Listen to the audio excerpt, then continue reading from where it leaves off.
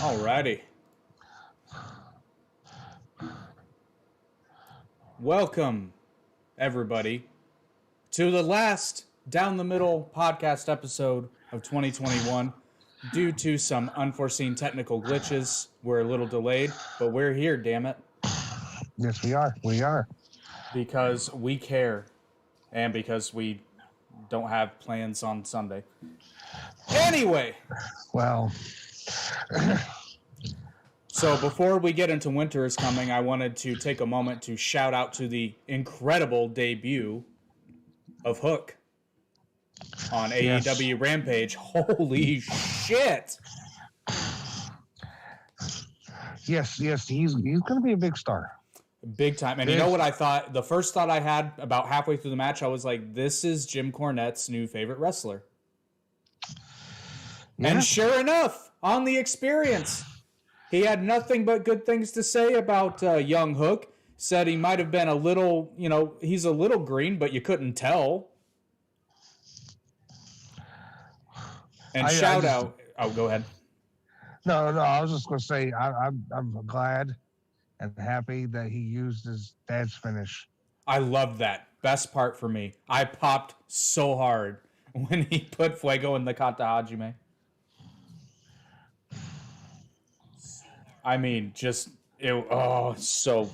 I went back and rewatched it, and it was still good. And shout out to Fuego, because he helped make Hook look amazing. But, I mean, shit, I want more Hook. And it's like, Hook? Taz, Hook? What? I think it's a reference to Red Hook. No. But I get it, but I'm just like, I just don't see it.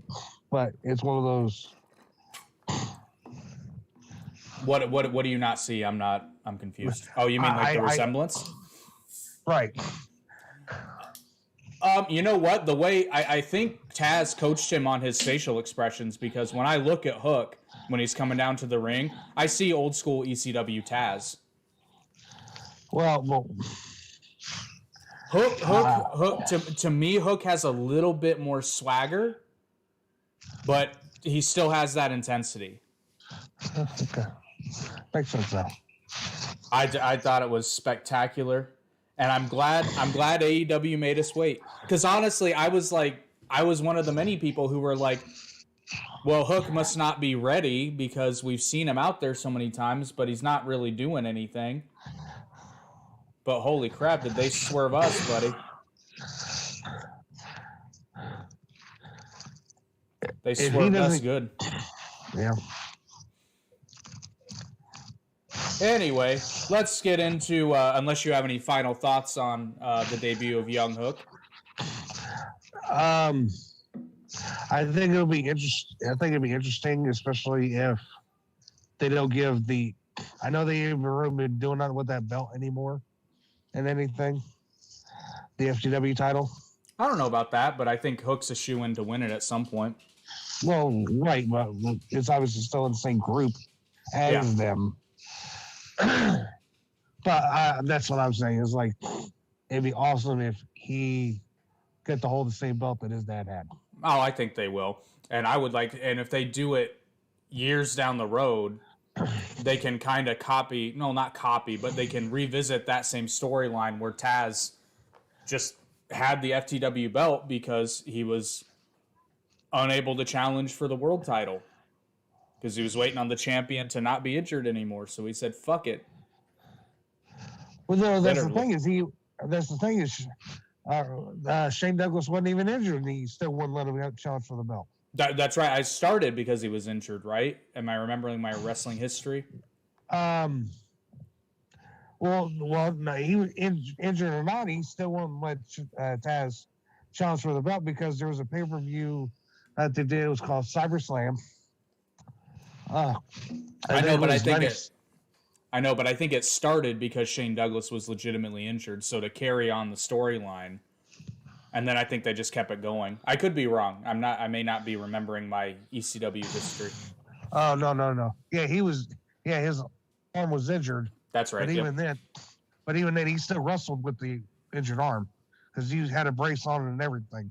Because that's what I was saying is, it was at a pay-per-view called I think it was called SummerSlam, 97 or 98, and Al Snow, of all people, challenged for the world title. Still, I'm like, I was happy when they brought the FTW belt back. I remember I asked you on the program, is that the same belt? It is. Awesome. Hook's a shoe-in to get that and the TNT title at some point. Can't wait to see it, but I'll enjoy any time Hook is on the screen. Speaking of the TNT title, did you see the bad news about that? About the title or the title holder? The title holder. Yeah, and you know what though? I think Sam.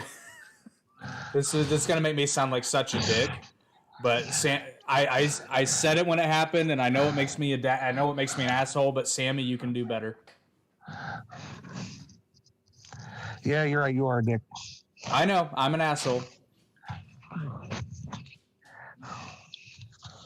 But did you hear the rumors? The rumor was, and this is, I guarantee you this is bullshit, but the rumor is that he was having an affair with Ty Conti.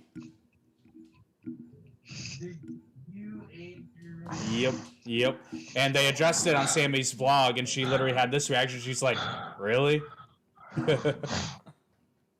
Yeah, okay. Yeah, no, I don't. He's like, apparently we're screwing.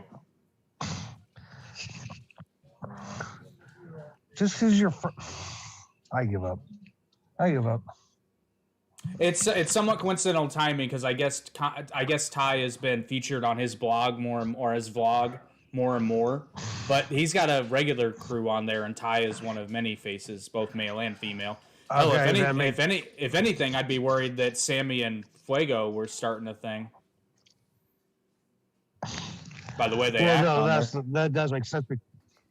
Well, that does make sense because because she was a regular on the show too, and then she disappeared, and now Ty's on there. It's like that's probably why people say that. But no, they broke up. It happens. Let's move on. You don't need to. And he came out and he made a nice statement about how we're not together. Blah blah blah. Just respect our privacy. Just respect their damn privacy because who cares? Before he proposed on TV, I doubt anybody even knew who the hell she was. Well, unless you were following his vlog, you're right. Nobody was. Right, but if you were following his vlog, I can assume that you have at least a modicum of respect for the guy. Right. Well, unless you're MJF, who pretty much dissed on the whole fucking thing. Well, but MJF has to. Anyway, winter is coming. I mean, you're right. Winter is coming, and it's came. Yep, but we're gonna talk about the TV version. Did you catch Hangman's tagline above his name when he came to the ring? Loved it. He's mad at them right now. I love it. I love Hangman's little. I love them. They're one of the small pleasures in life. It reminds me of the Matt Facts. Yes, it's very similar, but his are always funny. Anyway, that match, what'd you think of it? From clips I've seen, good. It was good. And it was really good. And a lot of people were. I don't think a lot of people were shitting on the finish. So here's the thing about the finish. I can see why some people might feel disappointed, but AEW kind of booked themselves into a corner with that one. There was really nothing else they could do. Like you can't have Hangman beat Danielson clean because Danielson's riding that wave. But if you had Danielson beat Hangman now for the title, it'd be like, okay, well that meant nothing. So it almost had to be a draw. Right. And Bully Ray said on his podcast that Tony Khan had balls to do that. And I agree with him. It's not. It's not necessarily what I would have done if I was booking the show, but we've already been over that. What I would have wanted to do with Bryan Danielson first coming in, but I'm not dissatisfied with it because they still told a good story, and Hangman proved that he could hang with Danielson, and that just elevates Hangman and the AEW title. Right, but that doesn't mean that this feud is over by a long shot, anyway. Either it can't be because, as they reminded us on Rampage, Bryan Danielson is still the number one ranked male competitor, and Hangman is still the champion. So we're gonna see them wrestle again. I'm guessing that we're gonna see that at Double or Nothing. Is that next? That's the next pay-per-view, yes. But that's in February, so they might not wait that long. I mean, they can. They can. They can. They can definitely book it that far, especially if you end up somehow, some way involving somebody else. Like if you get Punk into that mix. but I think they're going to culminate that at Double or Nothing with him and MJF. Right. So we'll see. Yeah. I did find it. I understand why they did it, but I'm weird about title matches being the first match, or actually world title matches not being the main event. I've always been weird about that. I didn't like it when they did that. Do what? I was gonna say wrestling psychology. I know, and I didn't like it when they did it at NXT. I didn't like it when they did it at NXT Takeover when Ciampa and Gargano had that lights out match. Because let's be real, that was the main event. Oh yes. And I'm not just sore because I had to watch Gargano in a match, but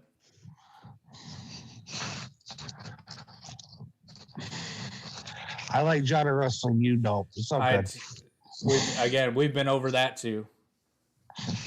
Anyway, the next match we saw Wardlow, and as if anyone was surprised, defeating Matt Sydal. And apparently the match was 1 minute 43 seconds. Dang, that was longer than the match we got with Wardlow and Indy. Yeah, no. Well, that's because Wardlow kept doing the powerbomb. Kept doing it. Okay. But we did get to see we got to see the friction between Wardlow and the Pinnacle even more after that match because MJF called Sean Spears on his cell phone and told them that he wanted them to go run and grab champagne for his post-match celebration. Like you call Sean Spears, but not me. Well, Wardlow was wrestling. Oh, true. But one of these days, and it'll be worth the wait, Wardlow is going to pop MJF in his face, and everyone's going to love it. Next, we have Hikaru Shida versus Serena Deeb in their rubber match. When is to go on to the finals?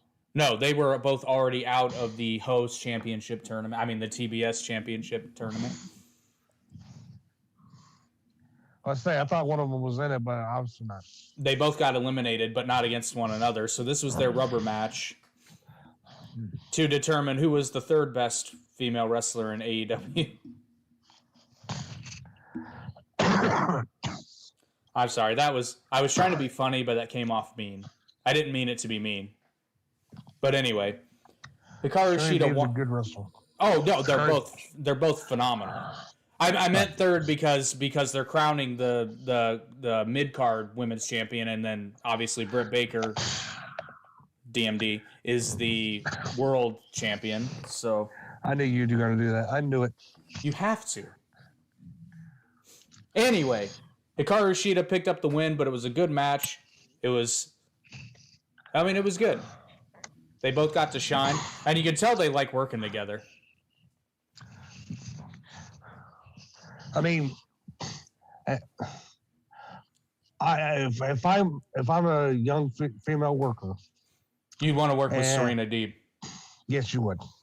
And I had a thought during this match that WWE was nuts to get rid of Serena when they did, because it seems like what WWE's women's division needed, maybe not so much anymore, but at a time it really needed the older, I shouldn't even say older, but the more experienced female wrestlers like Serena Deeb and arguably Natalia Neidhart, but they needed more of them because they had a bunch of real pretty girls, but the in-ring work was. I'm gonna let you comment on the in-ring work, but this is probably around like the Total Divas era. Okay. Problem is up until recently with like Becky Lynch and Charlotte Flair and Bayley and Sasha Banks, WWE has been more of not wanting the divas to outshine the men. And that's why they put Fit Finlay with the divas to make them work and everything. But then Fit Finlay's, has gotten yelled at and everything because, like, there would be an episode of Raw where the divas match was the main 5-star match of the show over the men's matches. And he get yelled at like, hey, you can't be doing that.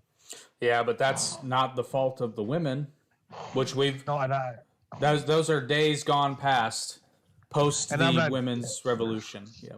Right, and I'm not disagreeing with that, but and like you said about the Serena Deebs and the Natalia Neidharts, like they just released somebody from WWE, just recently released somebody who could have been fit with that forte, and that was Mercedes Martinez. Mm-hmm. She could have worked with that too, but no, you had to release her. Sorry. Now, Sarah Del Rey is still a trainer there, yes? Yes. I thought so. So we know at least the Performance Center is getting that. And then obviously I'd wager to say all the women on the main roster now are solid. To a degree, yes. Like Toni Storm. More than before. Right. Well, Toni Storm now is getting to that point, especially since she's now going for the SmackDown Women's title. Liv Morgan is definitely, because she's with Becky, going for the Raw Women's title. So it's like they're doing it. Yeah, no, and they've been doing it, and it's been a welcome change. I say that having not watched WWE for several months, but I hear things. I don't know what you're talking about. I hear whispers. Anyway, the main event saw CM Punk's jealous fan go up against Dante Martin, formerly of Team Taz, for 2 weeks in a singles match to determine the new or still owner of the AEW Dynamite Diamond Ring. Can you guess who won it? I'm going to go with MJF. No, we did, because we got to see a great match. You're right. But right. MJF got the ring. Yes. But he didn't use it to win. But he didn't use the ring to win because they took the ring away from him before the match started.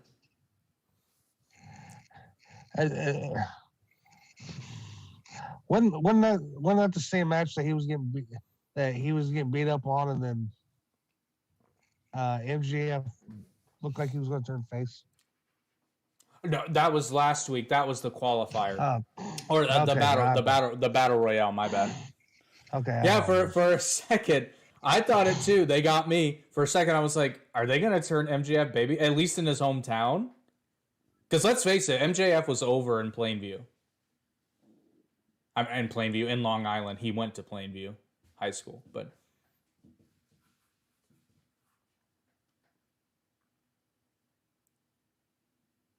Oh, are you muted?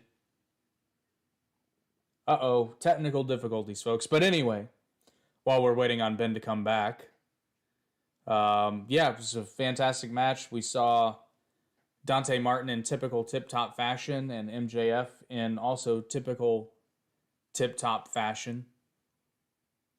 'Twas fantastic. Winter is Coming was good. highly recommended if you haven't watched it yet. And then Rampage following that was pretty good as well. Got to see the Young Bucks in action, along with Adam Cole and Bobby Fish. I'd say the main event was probably the highlight for me because we got to see Eddie Kingston team up with the Proud and Powerful and the Lucha Brothers to take on Daniel Garcia 2.0 and the Acclaimed. But they cut off Max Caster mid-rap, so that was pissy. Anyway, Ben's back. Yeah, sorry. Did you like my stall? Well, I'm glad you stalled because I had a little phone call and I had to take that for shooting job purposes. Yeah, that is sorry because that is what professionals do. I was just telling him that Rampage was also quite good. Okay.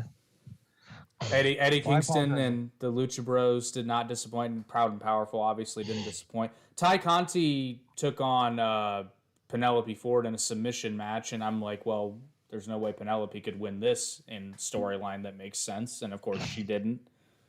But they're furthering their feud with Ty J and Ford and the Bunny, so that's still going on. Who's the four left in the tournament? So we've got, I believe on Wednesday it's going to be Ruby Soho versus Nyla Rose, and then the following, maybe it's Rampage, I can't remember, but the other two are Jade Cargill and Thunder Rosa. Oh. And I am looking forward to that match because Jade Cargill was over with me before, but then she liked my tweet, so now she's really over because I likes the attention.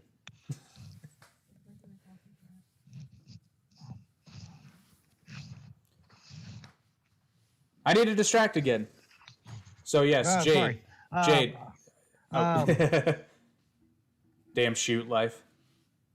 Yeah, I'm getting distracted here at the home life too. Hold on one second.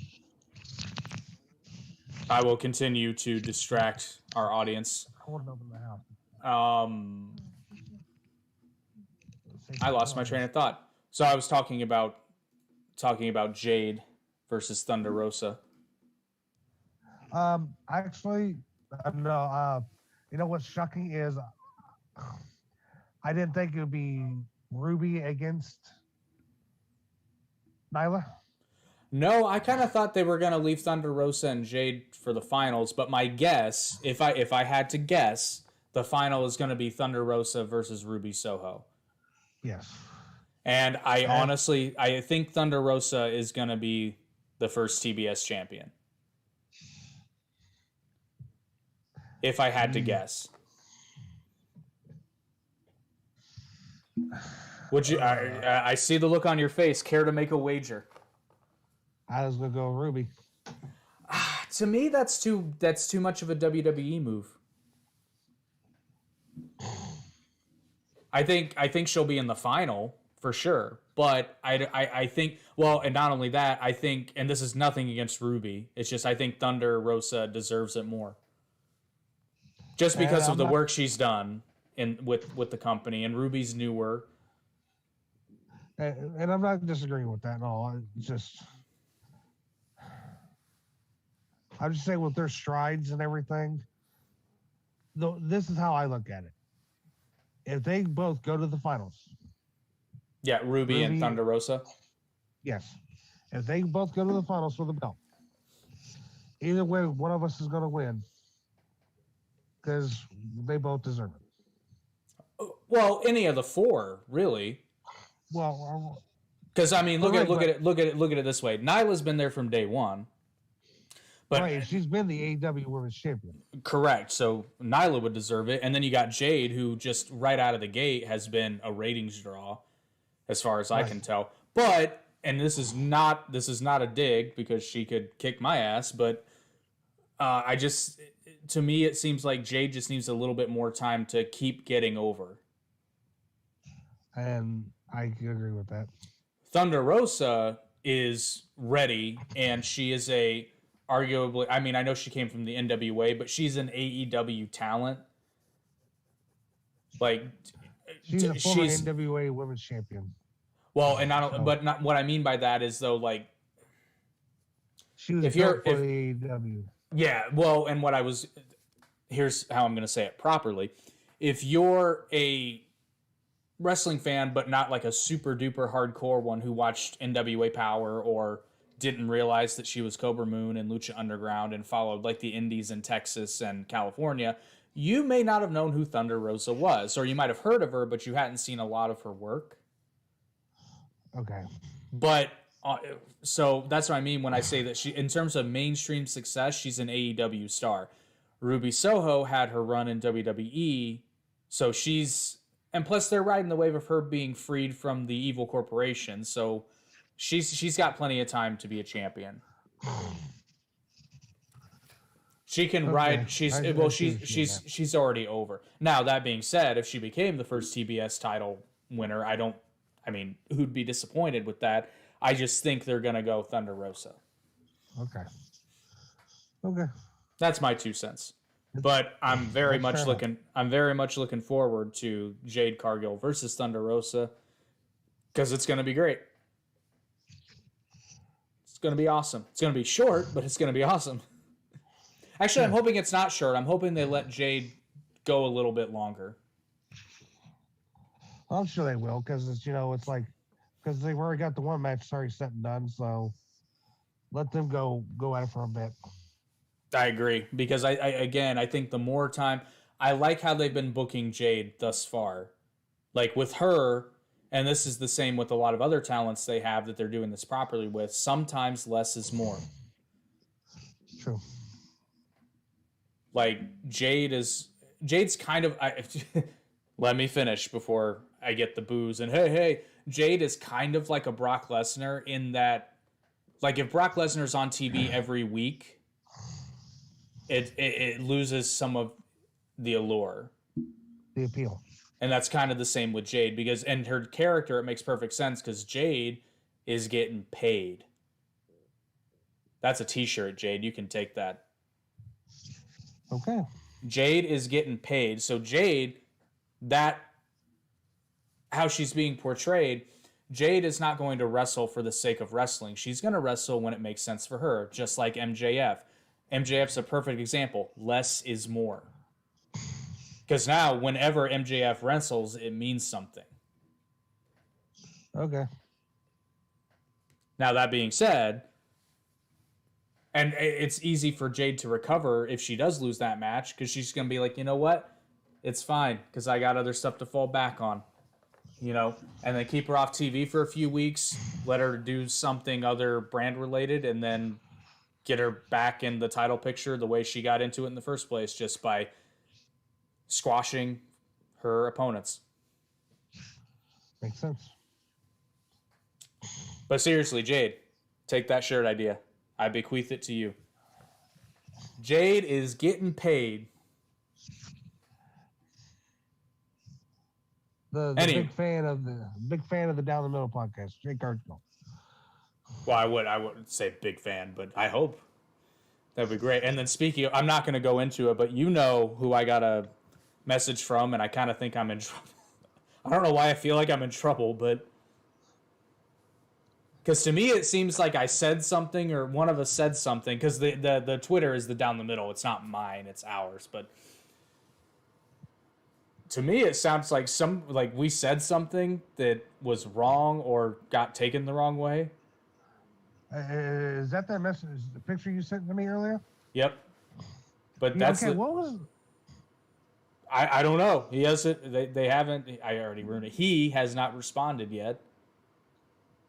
So but was that him saying? Yeah, he sent that. Yeah. He said, "Do you listen to my podcast?" Correct. So to me, I hope this isn't the case, because if we offended him, I'm obviously going to apologize profusely. But to me, it's almost like we may have said something that was misunderstood, or maybe we were wrong. I don't know. That maybe was addressed on his podcast that I might have missed, because I do listen to it when I can, which is what I said. I do when I can, but I work 6 days a week. Don't have a lot of the spare time. I don't remember saying anything about Conan. I didn't want to go into it, but yeah. Oh, sorry. I apologize. It's okay. It's okay. Yeah, I don't know. So if I apologize. it's all good. I just didn't want to bring it up before I knew what was going on. I know you're right. You're right. You're right. I'm sorry. I don't not for a while anyway. We haven't talked about Conan, and I can't remember ever saying anything on. So I'm guessing I may have said something inaccurate, but I can't for the life of me think of what it was. No, but that's what I'm saying is I don't remember saying anything about him at all. I don't either. So maybe I don't know. Maybe we just got something wrong. But either way, I look forward to hearing back from Conan. But yeah, I don't know. Oh, If we offended you, sir, I sincerely apologize and would like to. I would like to. I apologize too. I would like to make that right because I've got nothing but respect for Conan. Man's a fucking legend. Maybe RD said something. I'm kidding. RD would never say. Well, RD has said some things, but that was in his book. But well, I still maintain the panel he did with Eric Bischoff is one of the most entertaining things I've ever watched because Eric just fucking hated. Which is actually a perfect segue to lead into the final topic of this podcast, our wrestling resolutions for 2022. And my first one, which kind of has to do with wrestling, but my resolution is... Oh, go ahead. No, you go ahead. I was going to say we didn't want to do Final Battle? We can touch on that. But this is a good segue. Okay, and I haven't watched Final Battle yet, so I don't know. But apparently it was really good. I've read on it, and it's like, oh my god. I saw. Well, we can segue, and I'll circle back to the resolutions. But I did see that Braun made his way to Ring of Honor. Yes, the man who said he would never go to another company. Yeah, well, Chris Jericho said he wouldn't wrestle for anybody in the U.S. other than Vince, and never say never in wrestling.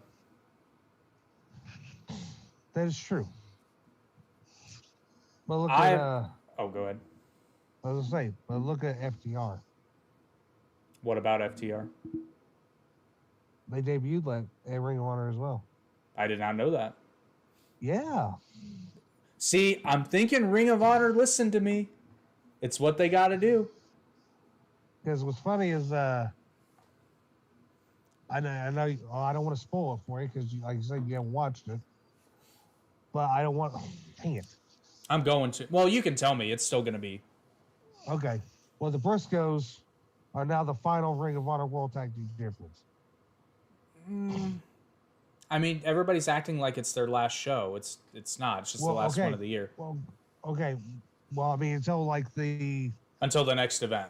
The rebranding back in next year. But yeah, but technically. Yeah.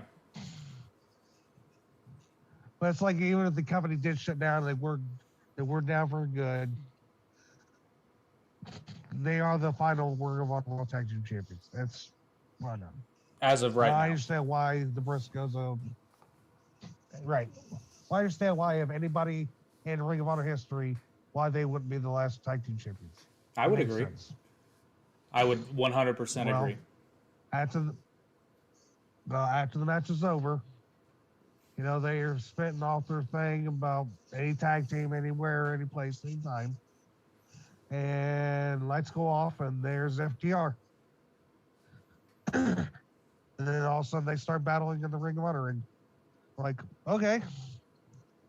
And now Briscoes have cut a promo with their ROH tag titles, their GCW tag titles, and said, hey, we got these belts wherever, anytime, any place. I mean, it's eerily similar to early on in the podcast, what I was saying, where it seems like if wrestling is going to, I don't want to say defeat, but compete with WWE, it's going to have to be almost a return to a cooperative territory system. And that's what we're getting. And it's awesome. Well, because for example, I'm going to watch Final Battle, and I haven't watched an ROH pay-per-view in years. Right. just years. But now my interest is peaked. And now I might actually have to watch a GCW pay-per-view now, because now that I know that the Briscoes are going to be involved, potentially with FTR there, it's only good. That doesn't mean that they'll do it at GCW. Well, I know, but they could. Right. That's true. It's only good. It's only good. It reminds. It's honestly, it's taken me back to 2016 New Japan Ring of Honor era type stuff, but it's even better because you have more and more companies involved. Well, what's funny is the main event, Bandito, who is the Ring of Honor World Champion, couldn't defend the belt.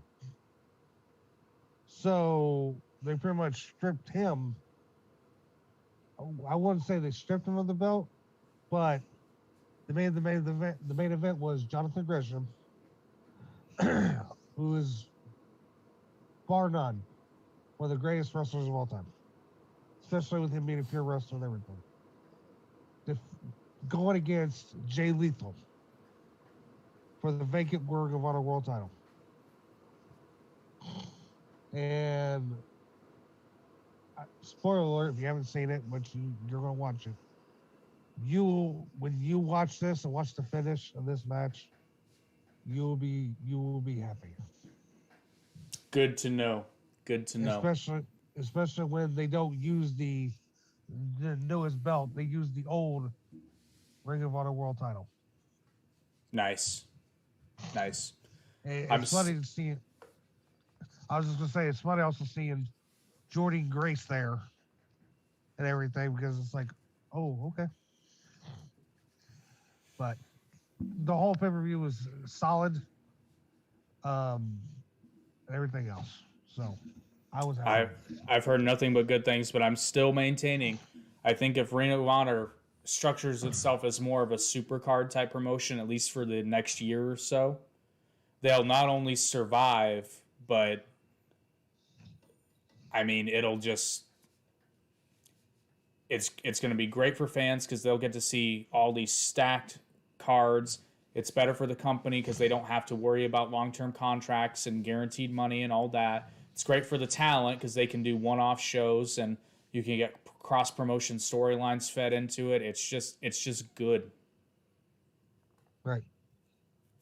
And then hopefully Ring of Honor can restructure itself and get itself to a point where it's back as its own entity. But with that Forbidden Door, you can do so many great things. That's true. 2022 is going to be an exciting year, I think. But what would you like to see in wrestling in 2022? Because obviously we talked about what we'd like to see with Ring of Honor.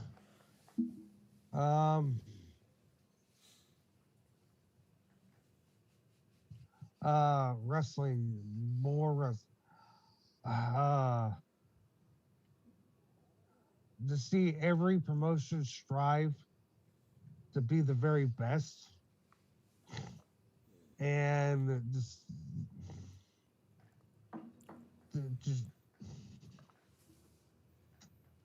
I want WWE to succeed in business, but if they don't, I mean, let's be honest. They've laid out to this year, to the end of this year, so far. If they manage to get through 2022 and still keep going, I'll be happy. I'll be shocked.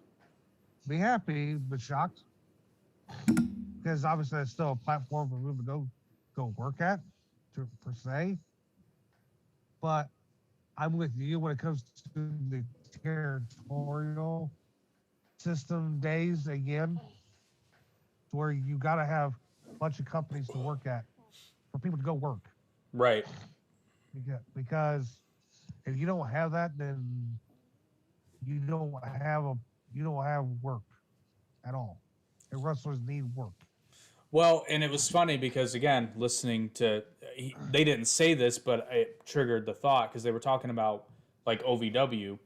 And the thought I had was, you know, because everybody's raving about the Performance Center. And like, don't get me wrong, it's great. But I'm wondering, did it have as much to do with the Performance Center or the fact that they kept signing talent that had worked all over the world and in different places? had worked in places like Ring of Honor and New Japan and the NWA in some cases, and independents all over the world. Some in Europe, for example, you have your Malachi Blacks who worked all throughout Europe and the United States, did tons of shows with PWG, that kind of stuff. Because if you think about it, let's think about the most famous people that came out of NXT. Most of them were indie guys. There were a couple of exceptions, but even some of those exceptions still did indies, just lesser known. Right. Like, I'm having trouble. I'm sure, like, they're out there for sure, but I'm having trouble coming up with anyone that was a pure, like, picked up by WWE, trained to wrestle at the Performance Center, and then found massive success. I can't think of one. There isn't one. Because everybody who has went through NXT from the beginning, from when Seth Rollins, Tyler Black, was the first NXT champion to now, everybody has had a name on the wrestling circuit.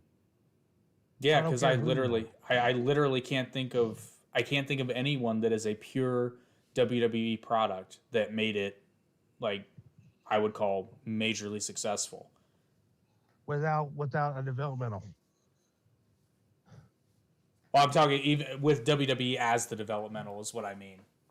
Right, but what I'm saying, right, like what I'm saying, like, okay, that's what I'm saying is like Randy Orton and all them. They're not pure WWE. Right, because they all went through OVW, and some of them were in independence before that.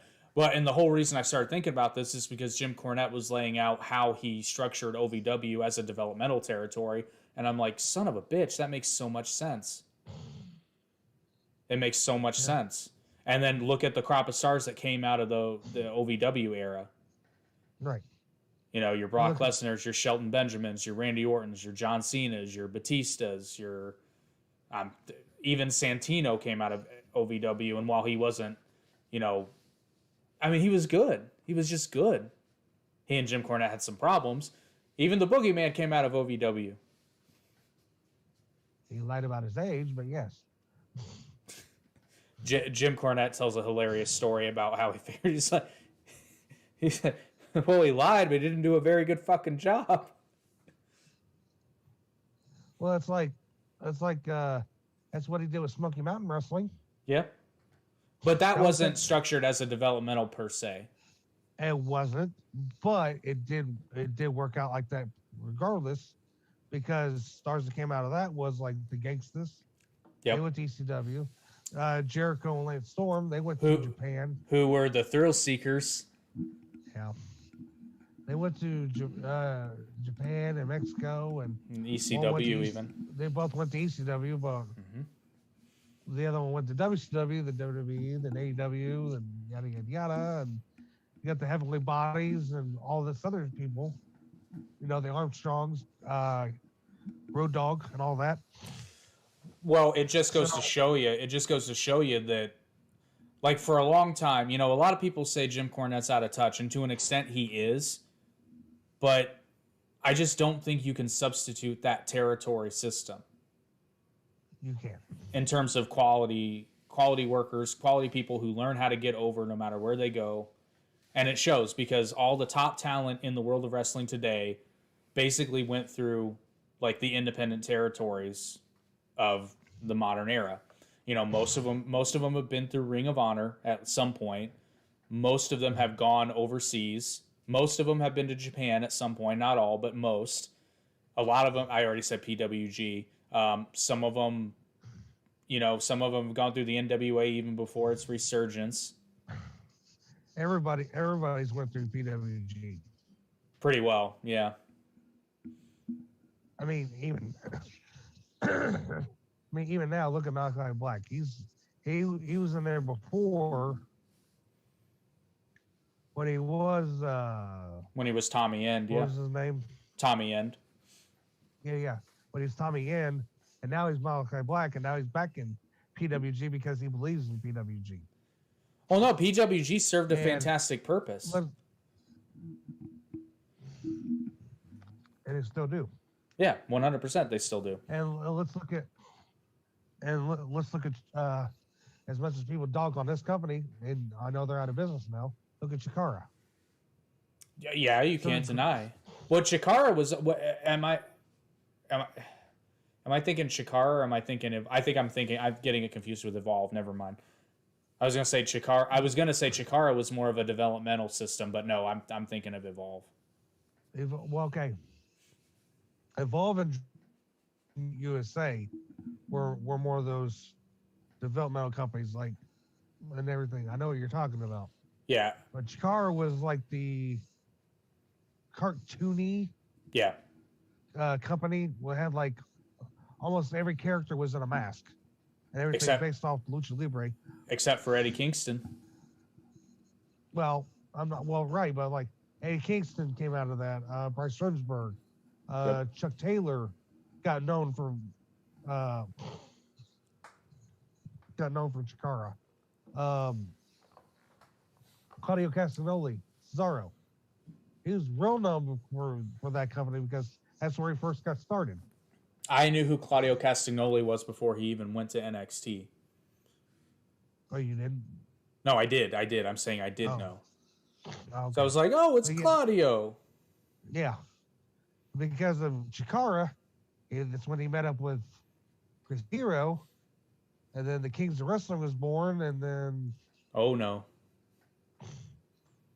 And then, yeah, oh, no. And then I was told, or I think I'd read at some point, that William Regal was going out to PWG shows fairly often to scout. Well, that could be true. I believe it was actually, I think it was Tommy End who said, or Malachi Black who said that William Regal came. I believe it was a PWG show. But William Regal, I guess, went to a ton of independent shows to try to scout for talent. Well, if he did go to anyone, it would probably have been PWG. I'm pretty sure it was PWG. Because, before Kevin Owens got signed, he was Kevin Steen. He had his vlog that he was doing, and you'd see him going from Canada to California to do stuff for PWG. They used to see him going all the way to Pittsburgh, do stuff for Ring of Honor for like 5 days, or like 5 days worth of work in like 2 days. Like all the TV promotions and everything. Then he'd go to Jersey, do a show there, go to Maine here, do a show. Then you see him go back home, and then yada, yada, yada. So it's like, yeah, it's like before COVID hit, the Indies was great. Especially back in the day when I was doing it. Doing the Indies, or even after my time on the Indies. The Indies was great because you had all these shows to go work at to get your name credibility up. Mm-hmm. And now, because of COVID and everything down, you can't really do that. Well, speaking of independence, I would like to give a shout out to I don't even know if they're still open. Strong Style Wrestling up in Northern Indiana. It's where I saw Isaiah the Hood Ninja. Fucking loved that. That was awesome. And then I forget their name, but the policemen. Oh God, they were hilarious. Anyway, so finally don't get. Oh God, they were hilarious. Wrapped caution tape around the ring. It was hysterical. Anyway, I guess our final resolutions, because just to wrap that up, I agree with you. I think I'd like to see WWE act a little bit more seriously, but then again, they're still making money doing what they're doing, and I guess somebody's got to appeal to the kids. Yeah, because Triple H ain't in charge no more. Yeah, I think this isn't a resolution, but it's a forecast. I think we will see NXT die in the next year or two unless they drastically change it. Well, I mean, I forget who it was. Oh, it was Belt Fan Dan, who said on Twitter the other day that somebody's decided to watch New Japan Pro Wrestling because they're wanting to change the NXT Cruiserweight title to the Open Weight title. Yeah, probably. I'm like, okay, so you want to follow Japan's distinction with the Cruiserweight title per se? Well, but the open weight title's not a cruiserweight title. Well, but anybody can challenge it for it, but yet they technically don't have cruiserweights no more in the. Well, no, they have. Oh no, not in WWE. No. That's what I'm saying. Like that's why they're wanting to. Oh yeah, well, and plus, I mean, because WWE's just never historically been good with cruiserweights. That's true. So I mean, it doesn't shock me that they killed it. I mean, they shit the bed with 205 Live. The Cruiserweight Classic was amazing, though. It was. It's like, how do you fuck that up? Just more worried about top big guys. Yeah, I know, and I'm sure Triple H was in charge of the Cruiserweight Classic. I'm sure he was. I'm sure he was. Anywho, just kind of in closing, I think WWE. I'd like to see WWE change, but I think before they went out of business, they just sell. Honestly, I'd like to see for the most part AEW just keep doing what they're doing. Maybe lose a little bit of the silliness. Which, if you look at their highest rated episodes, it's been I think one of their highest rated episodes ever was the Thanksgiving Day one, or the Thanksgiving episode, because it was like a straight just awesome, hard-hitting, no bullshit wrestling show. And it showed that was the one where Punk and MJF had that like 20-minute promo segment going back and forth. It was. And it was fucking awesome.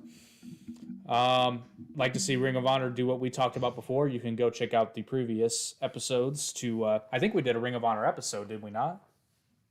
I don't think we did. I thought we did. But we did talk. We talked about it a lot. So you should just go back and listen to all the old episodes because, I mean, they're really good, you know. If you go back and listen to them, we might become your 12th favorite podcast. Up from 13, yes. Up from 13, yeah. See, we're moving on up. And next year, our wrestling resolutions, we will become your number one favorite podcast if we can, well, your favorite wrestling podcast, because it's hard to compete with all of them out there, but it is. We strive to become your favorite wrestling podcast because, listen, we're just fans. We know we're nobody really special. We'd like to get some special people on, but actually, all things considered, considering we haven't even been doing this a full year, we're actually doing okay. We're doing better than I thought. We've got fans all over the world and on multiple platforms, and we love you guys. All the fans in the United States, of course, and then everyone from across the pond in the UK, our Freundin in Germany, including the land of Hesse. I believe we have some people listening in Australia and Brazil. Yes, we do have Brazil. I'm going through just my mind. I think we have some folks even in India that listen. In India? Yeah, we're worldwide, baby. I believe I think I said Australia as well. You did. Yeah. All over the place. No Russians yet, though. We gotta break into Russia. We'll break in. Oh, and Japan, of course, our friends in Land of the Rising Sun, Japan. We have a couple of fans that listen continuously over in Japan. I was just saying, I thought we had Japan too. Yeah, we do. Not China though. They're 40 bucks. Who needs them? Anyway. And then this is also a great time to remind everybody, our contest is still going on until January 31st, so you still have plenty of time. But not going to go over all the details, but if you want to get some free stuff, just send us your best wrestler impersonation telling people why they should check out the Down the Middle podcast. There is a video on the channel, and after the live broadcast, there will be a link in the description below. So if you're watching this after the fact, you can just click the link for details on the contest, or you can just visit the Arte Media channel page, and the video is there with all the contest details, and I even show you how to do it. So there's no excuse. Just break out your favorite wrestling impersonation. Oh, yeah, and just do it and tell people why they should listen to Down the Middle. Oh, yeah. And snap into a Slim Jim. Ooh, yeah. Oh, yeah. That was Bonesaw, by the way. That wasn't Randy Savage. I know they sound similar. I got you for 3 minutes. 3 minutes of playtime. What are you doing up there? Staying away from you? Oh, speaking of, yeah, we're waiting on our co-host from the Average Intelligence podcast, but we will shortly on that podcast be bringing you our reviews and thoughts of Spider-Man No Way Home, and I cannot wait to see it. I've heard it's amazing, pun intended. I'm staying off of everything.